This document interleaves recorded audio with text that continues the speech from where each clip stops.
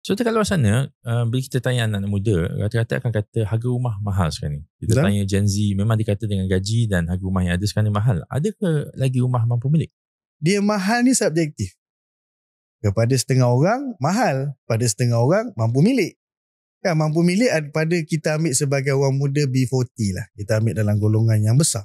Kan dalam masyarakat kita tak dapat dinafikan saiz yang besarnya B40 dan M40, iaitu rumah mampu milik di antara 500,000 ke bawah. Malahan kalau kata statistik penjualan di Malaysia, evergreen yang juara always 300,000 ke bawah.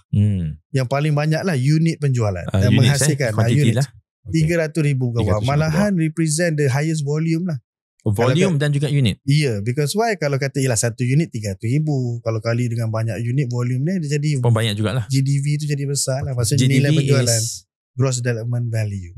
Kan contohnya satu rumah 300,000, kalau 2 biji dah 600,000. Kan maksudnya represent kepada transaction data Malaysia tu jadi tinggi lah daripada segmen 300,000 ni. So kita ambil sebagai jawapan yang ramai terlibat, iaitu rumah 300,000 kita panggil sebagai the okay value.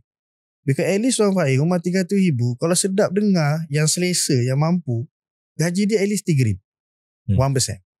Ni kita panggil formula 1%. Gaji rumah 300,000, gaji dia 1%. Yang okay dan selesa. Yang okay. Because why 300,000 sebulan 1,500. Separuh lah. 50%. Tapi okay.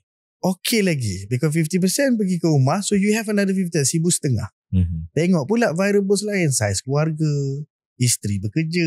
Abang tak kan, kalau yang boleh gandingkan sebagai kemampuan bulanan tu, ya tuan saya tinggal 1,500 tapi gaji saya tak sentuh, gaji isteri saya 2,000. So you still okay. So dia bincang lah suami isteri, yang ni cover bil api, bil air, yang ni cover kereta. Still okay. Benda ni boleh dikira Tuan Faiz. At the end of the day, dia bukan something yang emotional involvement yang terlalu tinggi. Bahaya. Bila kita dalam kewangan ni masuk emosi, memang dia subjektif. Kenapa awak boleh? Saya sukalah tuan dekat dengan rumah mak saya. Mahal ni. Tuan-tuan tak faham, dekat rumah mak saya terlalu bernilai. Kita jadi macam mana nak measure something yang kualitatif macam tu kan?